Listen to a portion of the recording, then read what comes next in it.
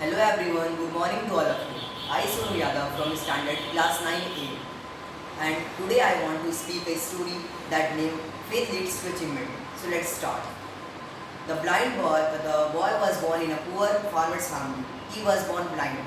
Everybody was coming and telling this blind boy would never be helpful for you, and they suggested that farmer that should be killed. But the farmer had an unconditional love towards his child, and he make studies his child very affectionately. At the age of 5, he was sent to local school, but he wasn't getting anything, and there and he wasn't getting anything. And there, what happened that everybody made fun of him. He got mentally disturbed and depressed, as well as he left the school.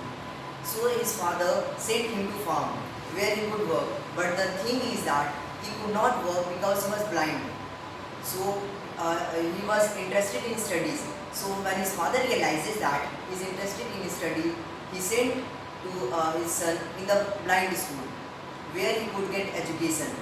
He completed his 10th standard from a blind school with an outstanding marks. So he had an interest and wanted to complete intermediate course. So when he applied for the intermediate course, the board rejected his course because he was blind. He filed a case, and the case ran for 6 months. But at the finally he won the case, and he got the intermediate board.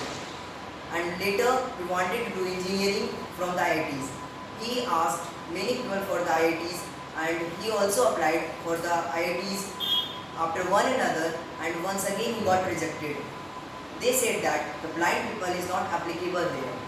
He didn't get discouraged here. He also searched a lot and finally knew about American University, which offers the courses for blind people.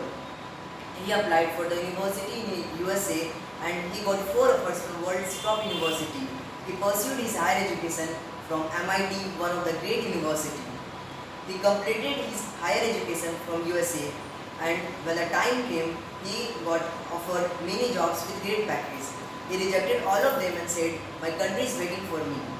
He returned to India and began to a startup that named Wallet Industries in Hyderabad, and the company's network is around 100 crores, which also gives employment to many more and offering 3,000 poor students free education, health and accommodation every year.